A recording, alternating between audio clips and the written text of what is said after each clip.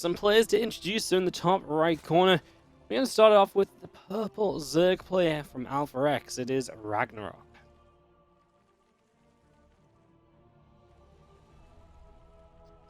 And over here in the top left-hand side of the map, our yellow Zerg player from Team Envy, it is DRG.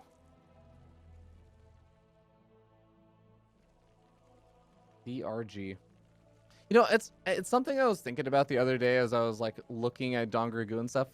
And you know, there's so many new people who've gotten into StarCraft. Surprising number of people who've gotten into StarCraft in the last like 3 to 4, maybe 5 years.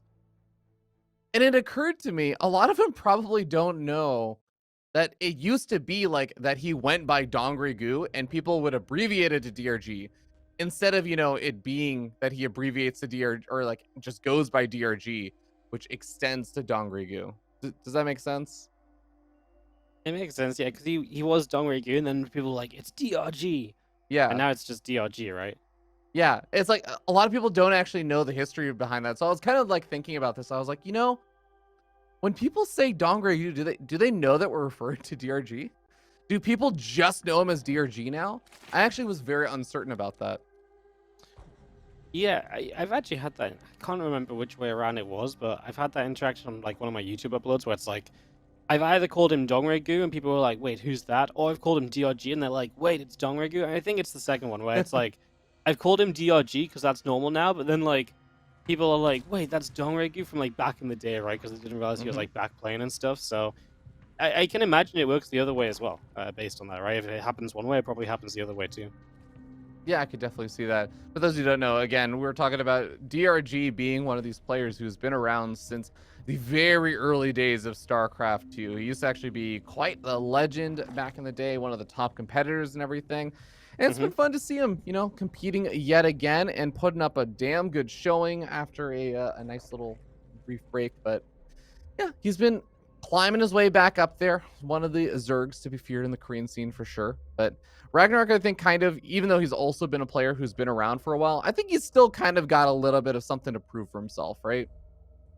Yeah, I mean, Ragnarok's never had like that big victory or anything, right? So he absolutely is looking for it. And to be fair, lately he's been looking better than ever before as DRG goes into a super fast layer. I'll talk about that in just a moment, but I was going to bring up that these two are right next to each other in the EPT standings for Korea, 7th and 8th place, which if you ask me to name the top 8 players in Korea, I don't think I'd come out with DRG and Ragnarok, right? Like, yeah, they're near there, if nothing else, but these guys have been consistently having good runs in GSL this season. They both had a reasonable run in Valencia, and that just puts them into the top 8, and it just means that so far they've been playing pretty darn good this year, and even more exciting to see who's going to go out here and who's going to advance further on and continue to kind of secure their place for Katowice next year. I could not agree more. I do want to quickly note, like, this scout here from Ragnarok is so perfect. He confirmed the lair timing. He confirms that the in-base natural was not taken, which you can see Ragnarok mined out those minerals. He took that as a third base. It's very difficult to get any kind of like Ling run bys or anything through there because you basically have to make it up through that main base ramp. So I really like that position for Ragnarok. And now he has a lot of the information he needs to just be extremely informed about how he decides to proceed with this game. He's going to be getting up his own lair. He's getting up a melee upgrade as well as a Roach Warren. But I mean, he's got to be expecting that Aspire is a possibility here. Yeah, I mean, you think about what he's seen, right? He's seen the fast light, he sees no third. He's got to be thinking, well, what sort of tech are you running? Because a 2-base Roach Warren is very weird. He still has the vision that third isn't being taken in base, so yeah, I feel like he's got to have a good idea, and I think that's why he's kind of like, you know what, I'll make a Roach Warren just in case I need a few roaches, but I'm mostly going to focus on Lings, because if you're building mutas, you're probably going to focus on muta Ling, so at least then I can win on the ground and keep your mutas at home with an endless amount of Lings that have a better upgrade for a while and so on. And if I can do that, it gives me all the time in the world to prepare against the mutas, and then to be playing against them however I want to. It turns out that that's going to be his own Spire, so he really wants to cause a lot of chaos here, and to be fair, because he's on 6 gas, while he will be behind on mutas initially, it's very possible that he can play catch-up here with those extra gases in play. Yeah, it's going to be really cool to see how this plays out, because especially since Stargazers, you have, again, a tucked away third base. It's a lot less susceptible to Ling run-bys and things like that that you'd normally have to worry about in a ZVZ. When you get that wall in, at your natural of the evolution chambers and like a roach horn and some queens, you are basically protecting all three of your bases. So Ling run-bys may be a little less effective unless you have something like a melee upgrade. You can bust through that wall in over here. We're going to see if Ragnarok can do exactly that as he tries to go after that queen, realizes he's going to need to start going after some of the roach warren or the evo chamber, and he's definitely going to be able to cancel some of these upgrades. Yeah, working his way through this, we are going to be seeing the units. Not quite enough to hold. That melee upgrade going down is a pretty big deal. He'll just back away for now. I mean, obviously, denying the melee upgrade keeps him active with his own lings, and obviously, if he forces DRG to be walled in, then it's kind of awkward for DRG too. The only thing I would say he's not doing is he's not really stopping the gases mining here from DRG, so playing catch up on the mutas might still be difficult for Ragnarok, but he is on his way there now. As his first meters are on the way out, he's building 6 against what is currently going to be a count of 11 from DRG. And Ragnarok has a little bit more gas in the bank, so he's definitely getting there in terms of playing catch up on those numbers, and that's kind of cool to see because it's kind of his game plan. Yeah, man, this is just such a great and interesting dynamic play of how Stargazers can play out. Oh no, the door is open. The Lings get in. They pick off the queen. They're going after units also across the other bases. So now picking off a lot of drones. The mutas are eventually forced to come back over here to help deal with things, but this is already really brutal. This was already a situation where Dongergu was getting up later gases, and now he's going to have taken a bunch of this damage. He's already actually almost tied up with the muta counts right now with Ragnarok. Yeah, it's just been a strong game for Ragnarok. He really figured out what was going on, which meant that he could make all the plans. And well, yes, he was the player that had to make something happen with how he was playing. He could obviously make the decisions which basically allowed him to get something done, almost guaranteed, right? Like with the information he had, he wouldn't have done this if he didn't fully believe it could get stuff done. So yeah, just been a solid game from Ragnarok so far, and DRG is playing a tough game, man. I mean, he's even got +1 flyer attack, but that's going to be against Carapace, and Carapace does work better for Muta versus Muta as well. So that's another factor we have to keep in mind here. It just feels like DRG is going to be playing from, again, heavily behind, and I just don't know how he's going to start dealing with these Lings either, because these Lings are going to keep on running around causing chaos. Yep. I think literally the only thing that Ragnarok should be waiting for is Carapace to finish up. And as soon as that finishes up, he can start taking fights because he has superior number of mutas. There it is. GG. Ragnarok takes the first game with some really great decision making there. I mean, honestly, I think, Wardy, that game was on off the back of 2 Lings, and it's the 2 Lings that scattered out the lair timing and the lack of third. Yeah, I mean, it's just a perfect scout, right? And again, perfect scout paired with the correct decisions from there on out. It brings you into situations like this one, and we get a quick win on the board for Ragnarok going 1-0 up. And then like the idea from DRG, right? Hiding what he's doing. He's got that in base. Maybe he can hide that a bit. I mean, obviously an Overlord can spot it as well. But just trying to be tricky, trying to make it difficult for his opponent to see what's going on. And obviously just Ragnarok getting in and scouting just undoes all of that work to kind of unravels the entire plan here on the map. So yeah, kind of a rough loss for DRG, but be excited to see what he has planned for Data C, which is up next, because that's quite a big map, right? And that's definitely a more macro and more standard map. So maybe we get to see a more normal mid game, and DRG not just being counted from the very start. And then I'm excited to see what DRG can do, because he is an absolute beast when it comes to just straight up mechanics, kind of just regular games.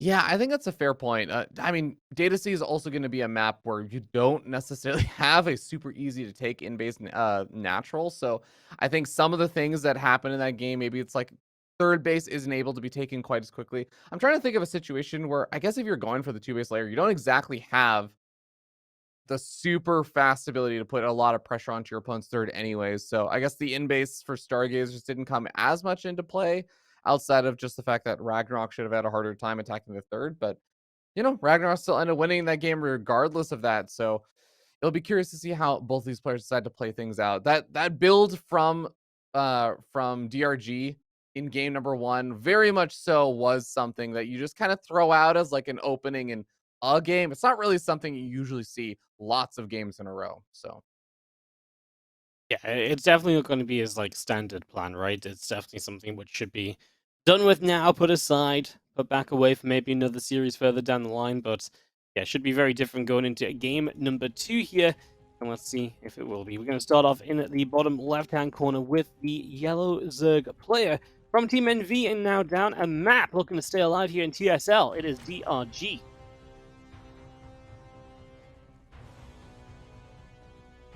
Up here in the top right-hand side of the map are purple Zerg players sitting up 1-0 in this best of 3 in the lower bracket. He is Ragnarok, Team Alpha X.